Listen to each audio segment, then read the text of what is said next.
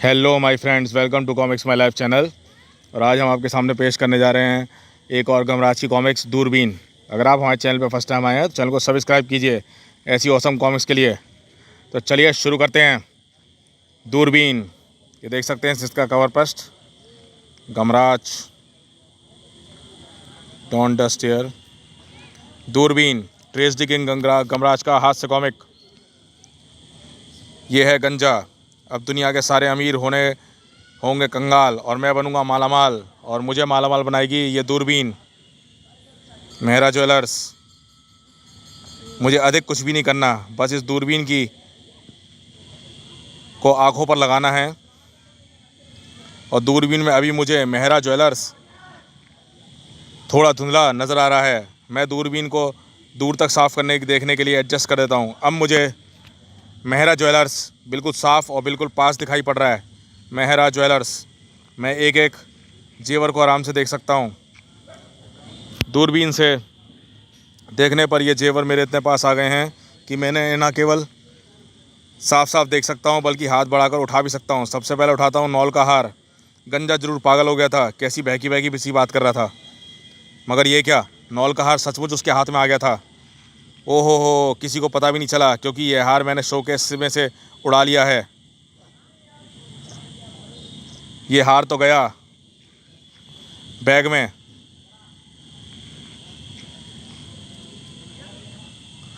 मगर मुझे तो खाली करनी है पूरी दुकान। गमराज अपने पड़ोसी जुम्मन चाचा के साथ मेहरा ज्वेलर्स की दुकान की तरफ बढ़ रहा था। गमराज बेटे, तुम आजकल के ज़माने के नौजवान हो। अपने दामाद को देने के लिए मैं अंगूठी तुम्हारी पसंद की ख़रीदना चाहता हूँ, क्योंकि चोर लुटेरे को पास फटकने की ज़रूरत भी नहीं थी, क्योंकि मेरा काम तो यहाँ यहीं बैठे बैठे ये दूरबीन पूरा कर देगी। ही। इस बार मैं लेता हूँ अंगूठियों का डिब्बा जो सेल्समैन किसी ग्राहक को दिखा रहा है। पसंद करो बेटा। पसंद क्या करूँ, ये डिब्बा तो हवा में उड़ा जा रहा है। अंगूठियों का डिब्बा उनके देखते देखते गायब हो गया। अंगूठियों का बॉक्स कहाँ गायब हो गया? गुरु, मुझे शंका हो रही है कि यहाँ कहीं भूत तो नहीं है, मगर आप तो जानते ही हैं कि ये काम किसी भूत का नहीं है। ये आ गया कीमती कोल्ड ड्रिंक से भरा बॉक्स मेरे हाथ में। इसे भी बैग के सुपुर्द कर दूं। ओहो हो, अब ना मुझे मालिक का डर है ना पुलिस का। बस लूटे जाओ, कोई नहीं जान पाएगा जेवर कहाँ जा रहे हैं। ओहो। गमराज की बुद्धि घन चक्कर की तरह घूम रही थी। जेवर कहाँ जा रहे हैं, कोई ले जाता वो भी दिखाई नहीं पड़ रहा। अरे कोई पुलिस को बुलाओ, पुलिस को फ़ोन करो। गुरु, मेरी बात मान लो, कोई भूत है जो अपनी भूतनी के लिए जेवर उठाकर ले जा रहा है। तू अपनी बकवास बंद कर शंकालू, आजकल विज्ञान का ज़माना है। जैसे एक अंग्रेजी सीरियल स्टार ट्रैक के पात्र इधर से उधर ट्रांसमिट होकर गायब हो जाते थे, कहीं कोई उचक्का बाहर खड़ा होगा इन जेवरों को भी इसी तकनीक से गायब ना कर रहा हो। चल बाहर चल कर देखते हैं। अरे वो भाग रहे हैं, पकड़ो। मुझे लगता है यही दोनों चोर हैं। बाहर तो ऐसा कोई भी संदिग्ध व्यक्ति दिखाई नहीं पड़ रहा। गुरु, यमुंडा को बुलाओ, क्या पता उसे दिखाई पड़ जाए। तू ठीक कहता है, मैं यमुंडा को बुलाता हूँ। संदिग्ध व्यक्ति यहाँ था। अभी बहुत माल है अंदर, बहुत जगह है मेरे बैग में भी। अचानक तेज आवाज़ से चौंक कर पलट गया गंजा। ये आवाज़ कैसी है? जैसे कोई पशु दौड़ा चला आ रहा हो, मगर ऐसा कौन सा पशु है जो छतों के रास्ते दौड़ा चला आ रहा है? आने वाला यमुंडा था जो गमराज की पुकार पर अदृश्य रूप में उसके पास दौड़ा चला रहा था। अरे ये क्या, ये तो भैंसा है, पर ये कैसे आ गया? ये तो मेरे ऊपर ही चढ़ा जा रहा है। घबराहट में गंजे का हाथ भी उठ गया। बस फिर क्या था, यमुंडा के सींग उसके हाथ में आ गए और ज़बरदस्त आवेग से गंजा हवा में उछला। धाड़, मैं आ गया स्वामी। तू तो आ गया, पर तेरे साथ कुछ गिरने की जोरदार आवाज़ भी आई थी। गुरु, वो देखो जेवरों से भरा बैग।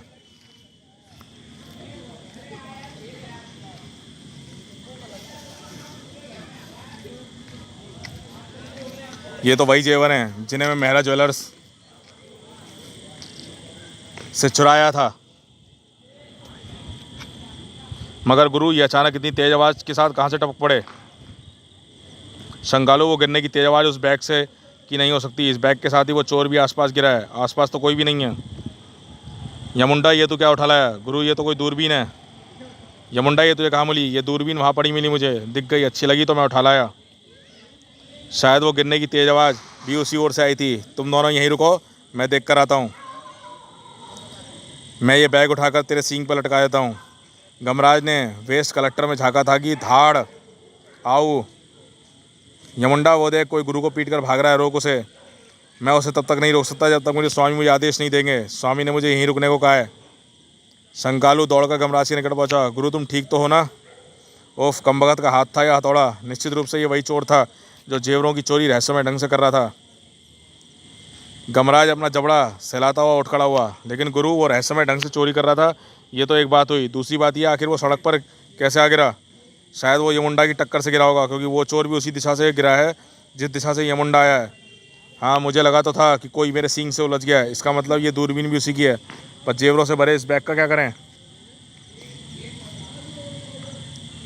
पकड़ लो उन्हें। मैं तो पहले ही कह रहा था कि ये दोनों चोर हैं। गुरु, मुझे शंका हो रही है कि अब पिटने की बारी हमारी है। इनके तेवर देख के यही लग रहा है कि हमें ही जेवरों का चोर समझ रहे हैं। मारो मारो। अरे वो दोनों अपने भैंसे पर चढ़कर भाग रहे हैं। भागो गुरु। स्वामी, लोगों ने मेरी पूंछ पकड़ ली है, अब मैं क्या करूं? मैंने समझाता हूं, हम चोर नहीं हैं, हमने तो चोरी का माल पकड़ा है। गुरु, चोरी के माल का ये बैग फेंक दो तो भीड़ उग जाएगी। तू ठीक कहता है शंकालू। साएं। गमराज ने जेवरों से भरा बैग फेंक दिया। भीड़ यमुंडा की पूंछ को छोड़कर जेवरों पर टूट पड़ी। जेवर तो अभी भी लुट रहे हैं। लूटो लूटो। मैं लुट गया। गमराज यमुंडा को दौड़ता हुआ लुटेरों के बीच से गुजरा। हट जाओ वरना यमुंडा कुचल डालेगा। दगड़ दगड़। खबरदार, जो इन जेवरों को ये हाथ नहीं लगाएगा। मेरा साहब, आप अपने जेवरों से भरे बैग को उठा लें। मुझे माफ़ करना, मैं तो तुम्हें चोर समझ रहा था। मेहरा ज्वेलर ने सभी जेवर बैग में भर लिए और गमराज ने यमुंडा को रोका। मेरा नाम गमराज है और ये मेरा साथी शंकालू है। हम चोर नहीं हैं। ये बात कुरला का बच्चा बच्चा जानता है। हाँ, मैं ये बात समझ गया हूँ। मैं माफ़ी चाहता हूँ गमराज। मैं तुम्हें इनाम देना चाहता था। मेरे जुम्मन चाचा को एक अच्छी सी रिंग खरीद देना, यही मेरा इनाम होगा। गमराज तो वहाँ से चला गया, मगर गंजा भी वहीं से नहीं गया था। ओहो, ये तो गमराज है, कुरला में रहता है। मेरी दूरबीन को ले गया है। मेरा अमीर बनने का पहला ही अवसर गमराज के कारण धूल में मिल गया। मैं उसे छोड़ूंगा नहीं। उसे ख़त्म करने और उससे अपनी दूरबीन हासिल करने के दोनों काम एक साथ करूंगा। जबकि इधर इस दूरबीन में तो मुझे कोई खास बात नज़र नहीं आ रही। बाकी दूरबीनों की तरह इसमें भी दूर की चीज़ें पास दिखाई पड़ती हैं। लेकिन गुरु, ये रहस्य तो अभी तक नहीं खुला कि उसने जेवर गायब कैसे किए। तू घबरा मत, जिस दिन वो हाथ लगेगा ये रहस्य भी खुल जाएगा शंकालू। लेकिन फ़िलहाल हमें हवादार चाचा की मदद करनी चाहिए, जिन्हें एक कुत्ते ने परेशान कर रखा है। अरे कमबख्त, रुक जा। बूहू, ये कमबख्त तो मेरी नौकरी लेकर ही रहेगा। हवलदार चाचा, जल्दी। गमराज व शंकालू हवलदार चाचा के सामने खड़े थे। हवलदार चाचा, अपराधियों को छोड़कर कुत्ते के पीछे क्यों भाग रहे हो? ओह गमराज, अच्छा हुआ तुम मुझे घर पर ही मिल गए। मैं इस कुत्ते को लेकर तुम्हारे पास ही आ रहा था। वुफ, मेरे पास? मगर किस लिए? हमारे साहब इंस्पेक्टर ईमानदार ने मुझे तुम्हारे पास भेजा है। ये लो किताब, इसे देखकर तुम्हें सब कुछ समझ में आ जाएगा। इस किताब का मैं क्या करूँगा? पुलिस विभाग के कुत्तों को ऐसी ट्रेनिंग देने का आदेश मिला है। कुत्तों को बारूदी सुरंग की तलाश की ट्रेनिंग। हमारे पास स्टाफ कम है। हमारे साहब को तुम्हारी योग्यता पर कोई संदेह नहीं, इसलिए उन्होंने परीक्षण के लिए इस कुत्ते बुबू को तुम्हारे पास भेजा है। अगर तुम इसे सिखाने में सफल हो गए तो तुम्हें ऐसा और भी काम मिलेगा जिसके पैसे भी मिलेंगे। गुरु, ये काम तो बुरा नहीं है। अगर हमने कुत्ते को सिखा दिया तो हमारे पास काम की कोई कमी नहीं रहेगी। लेकिन बारूदी सुरंगों की तलाश बिना बारूद के कैसे होगी? इसमें मुर्गा छाप बारूदी सुरंगें भरी हैं। तुम बुबू की ट्रेनिंग के दौरान इन्हें ज़मीन में दबा सकते हो। इसमें विस्फोटक के समय कोई हानि नहीं होती, सिर्फ काले उड़ती है। चला शंकालू, हम अभी से इसकी ट्रेनिंग शुरू कर देते हैं। गमराज ने बड़े ध्यान से किताब को पढ़ा। बुबू को ट्रेन करने से पहले ये किताब पढ़ लेनी चाहिए।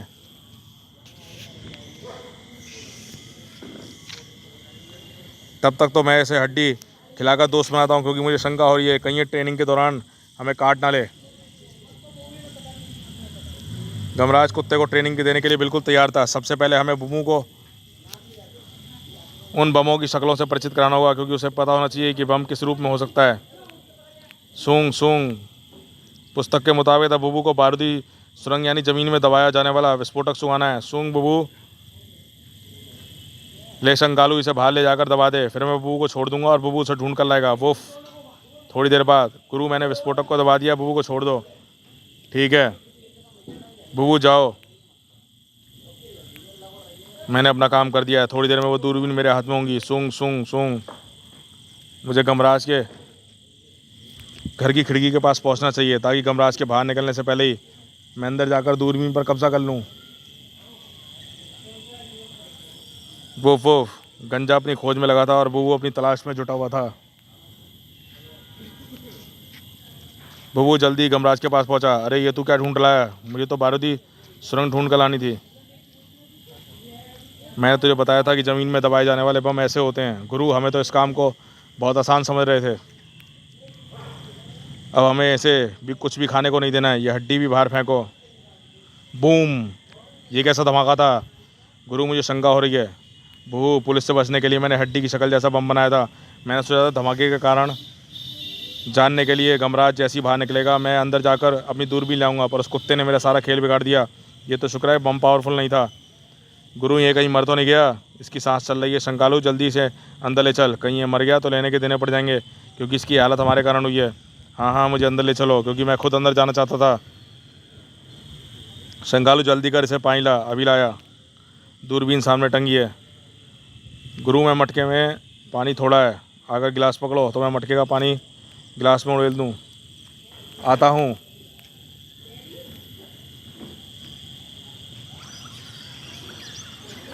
शंकालू मटके से गिलास में पानी उड़ेलने लगा। तभी गमराज के मस्तिष्क में विचार कौंधा, पर शंकालू, वो हड्डी का बम दबाया किसने? और ये आदमी हमारी खिड़की के पास क्या कर रहा था? गुरु, ये तो हमने सोचा ही नहीं। कुछ गड़बड़ है गुरु। गड़बड़ भारी थी और हो भी चुकी थी। हो, मैं बेहोश नहीं था। दूरबीन वापस बुलाने के लिए मैंने बेहोश होने का नाटक किया था और आखिर मुझे मेरी दूरबीन मिल गई। ओहो, तो तुम ही हो वो रहस्यमयी चोरी करने वाले चोर।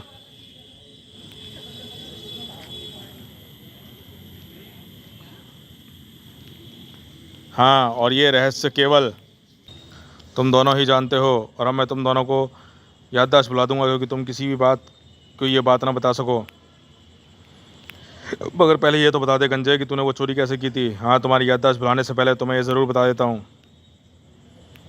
वो चोरी मैंने इस दूरबीन के ज़रिए की थी, और दिखने में तो ये देखने पर चीज़ें पास आती हैं और फिर तो हाथ बढ़ाकर उठा लो। कमाल है, ऐसा कैसे हो सकता है? ऐसा इस दूरबीन के साथ नहीं हो सकता, पर इसमें एक विशेष बात है। चलो, वो विशेष बात भी तुम्हें घूसे के साथ बता देता हूँ। धाड़, आहा आहा आऊ। गुरु, इसने तो बिना ही मुक्का मारे वार कर दिया। ये करामात इसकी दूरबीन की है। शंकालू, देखा मेरा कमाल? मैं इसकी विशेष बात बता रहा था। मैं तुम्हें वार करने का कोई मौका देना नहीं चाहता, इसलिए मारते मारते ही सब कुछ बताऊंगा। धाड़ धाड़, उफ, हाय। मेरी माँ मर चुकी थी, बाप जिंदा था। दरअसल मुझे बहुत सारे रुपयों की ज़रूरत थी, क्योंकि मेरा बाप मेरे लिए नई माँ लाना चाहता था। बेटे देख, तेरी माँ होती तो तुझे खाना बना कर देती, तेरे कपड़े धोती, घर का झाड़ू पोछा करती। जब से तेरी माँ मरी है ये सारे काम मुझे करने पड़ रहे हैं। लेकिन अगर तेरी माँ नई माँ आ जाए तो फिर पहले से सब ठीक ठाक हो जाएगा। तो फिर नई माँ क्यों नहीं लाते बापू? नई माँ कहाँ से लाऊं बेटा? मैं जितना कमाता हूँ उतने की तो शराब पी जाता हूँ। मेरे पास तो तुझे खिलाने के पैसे भी नहीं है। नई माँ लाने के लिए मुझे बारात लेकर दुल्हन के घर जाना पड़ेगा, उसमें काफ़ी पैसा खर्च होगा, और वो पैसे मेरे पास नहीं हैं। अगर तू मुझे पैसे दे दे तो मैं तेरे लिए नई माँ को ले आऊँगा। पर बापू, माँ ने मुझे मरते वक्त कमाई के पैसे तुम्हें देने से मना किया था। तब तो तेरी माँ जिंदा थी बेटे। अब तू दूसरी माँ लाने के लिए तू पैसे नहीं देगा तो फिर नई माँ कहाँ से आएगी? ठीक है बापू, ये लो, मेरे पास 25 रुपये हैं। सिर्फ 25 रुपये बेटे? इतने में तो बिना नाड़े का पजामा भी नहीं आता। तो फिर मैं क्या करूं? बेटे तू चोरी कर, आजकल सब चोरी करते हैं, चोरी करना फैशन है। चोरी का हुण गाना बड़े बड़े गायकों ने भी अपनी गायकी में गाया है। तूने वो गाना नहीं सुना, अक्षय कुमार वाला, चुरा के दिल मेरा गोरियां चली? और हंसराज का हंस वाला वो गाना नहीं सुना, दिल चोरी साडा हो गया, ओए की करिए। और हाँ, वो बॉबी दौल वाला गाना भी, सोल्जर मीठी बातें बोल कर दिल को चुरा ले गया। तो बेटा, इन गानों को खुशी से पता चलता है कि चोरी तो फैशन है। जा चोरी करके ला। ठीक है बापू, मैं जाता हूँ। मैंने दूरबीन से खुले दरवाजे वाला घर ढूंढना शुरू किया, पर इन सब घरों के दरवाजे बंद मिले। एक खुला था वो दरवाज़ा, और वो था मनोकामना देवी मंदिर का। देवी के जेवर चुराता हूँ। लेकिन जैसे ही मंदिर में प्रवेश करने लगा, ठहर जा पुत्र, मन में पाप लेकर कोई मेरे मंदिर में प्रवेश नहीं कर सकता। तुम कौन हो? मैं मनोकामना देवी हूँ। तो फिर मेरी मनोकामना पूर्ण करो। मेरे जेवर लेकर तुम दोबारा फिर कभी चोरी नहीं करोगे। नहीं, मुझे नई माँ मिल जाएगी तो फिर मैं चोरी क्यों करूँगा? ठीक है, तो मैं तुम्हारी दूरबीन से तुम्हें दूर तक उठाने की शक्ति देती हूँ। टिश। अब तुम दूरबीन में देखोगे तो तुम्हें मेरे जेवर अपने निकट ही दिखाई पड़ेंगे। तुम हाथ बढ़ाकर उन्हें ले सकते हो। तुम्हें मंदिर में आने की ज़रूरत भी नहीं पड़ेगी। जेवर लेकर तुम दूरबीन को तोड़ देना और फिर चोरी जैसा काम कभी मत करना। मुझे जेवर पास दिखाई दे रहे हैं। अरे वाह, मैं तो अंदर भी नहीं गया और जेवर मेरे हाथ लग गए। अब जल्दी से दूरबीन तोड़ दे। मैं भला ऐसी शानदार चीज़ कैसे तोड़ देता। ये दूरबीन मैं तोड़ूंगा तो ज़रूर, पर दुनिया का सबसे बड़ा अमीर बनने के बाद। मैं घर पहुंचा तो मेरा बाप हार्ट अटैक से मर चुका था। बापू तू मर गया, अब नई माँ कौन लाएगा। चलो कोई बात नहीं, जो काम नई माँ करती थी वो मेरी पत्नी भी कर सकती है। बापू तो फिक्र मत कर और आराम से नरक में रहना। बस गमराज, और इस प्रकार मैं दुनिया का सबसे बड़ा अमीर बनने निकल पड़ा, क्योंकि मैं ऐश्वर्या राय से शादी करना चाहता हूँ और वो मुझसे शादी तभी करेगी जब मैं करोड़पति बन जाऊँगा। धाड़। गंजे ने गमराज और शंकालू को मार मार कर सुझा दिया था। गुरु, क्या हम इससे पिटते रहेंगे? मैं अभी तक इससे इसलिए पिट रहा था क्योंकि मुझे इसके अपराध करने का तरीका जानना था, और ये जान लेने के बाद सर्र तड़ाक अब मैं इसे पीटना शुरू करूँगा। और तू घबरा मत, अगर इसके पास जाकर इसे नहीं पीट सकते तो क्या हुआ, कुछ चीज़ें तो इसके पास जाकर पीट सकती हैं, जैसे प्लेट। आऊ। गमराज ने बेलन उठाकर फेंका, मगर तब तक गंजा संभल चुका था। हो, अब ये बेलन मुझ तक नहीं पहुँचेगा, क्योंकि अभी मैं दूरबीन से उल्टी तरफ देखूँगा, जिससे वस्तुएं दूर दूर तक दिखाई पड़ती हैं। तुम्हारा फेंका हुआ बेलन इस वक्त मुझे बहुत दूर दिखाई पड़ रहा है। अब ये मुझे नहीं लगेगा। लेकिन बेटे गंजे, बेलन तो मैंने तेरा ध्यान बटाने के लिए फेंका था। बेलन तो तुझे दूर दिखाई देता है, मगर इस बीच मौका पाकर मैं तेरे पास आ गया। धाड़। और ये देख, पास आ गया यमुंडा भी। यमुंडा, जरा से टक्कर तो जड़। ओहो, ये तो वही भैंसा है। धड़। तूने मनोकामना देवी की शक्ति का गलत उपयोग किया, इसका दंड तो तुझे भुगतना ही पड़ेगा। धाड़। आहा। आकाश से गुजरते विमान की तेज आवाज़ सुनकर गंजे ने दूरबीन से ऊपर देखा। वी। ओ हवाई जहाज, अब मुझे कोई नहीं रोक सकता। गंजे ने आगे हाथ बढ़ाया और दूसरे ही क्षण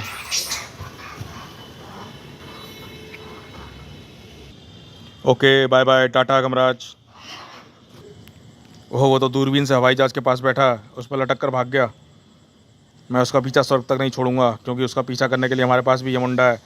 यमुंडा, तू अपना पंख एक गायब कर ले और मैं तुझे विमान के पास ले जाता हूँ, तुझे ठोका जड़कर नीचे गिरा सके। अरे ये दोनों विमान में कैसे, यहाँ कैसे पहुँच गए?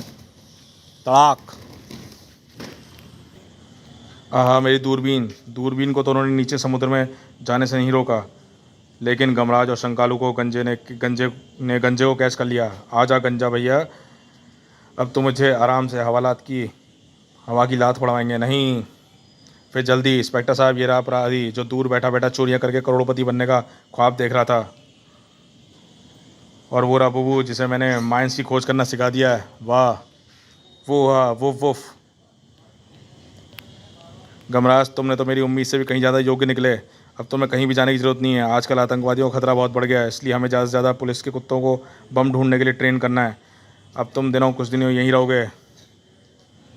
गर मर गए। भाव भाव वोफ वोफ गुर्र। भाव भाव समाप्त। तो दोस्तों, ये दूरबीन कॉमिक्स यही समाप्त होती है। आपको कैसी लगी हमें बताइएगा। चैनल पर फर्स्ट टाइम आया, चैनल को सब्सक्राइब कीजिए ऐसी ऑसम कॉमिक्स के लिए। देखते रहिए कॉमिक्स माय लाइफ चैनल।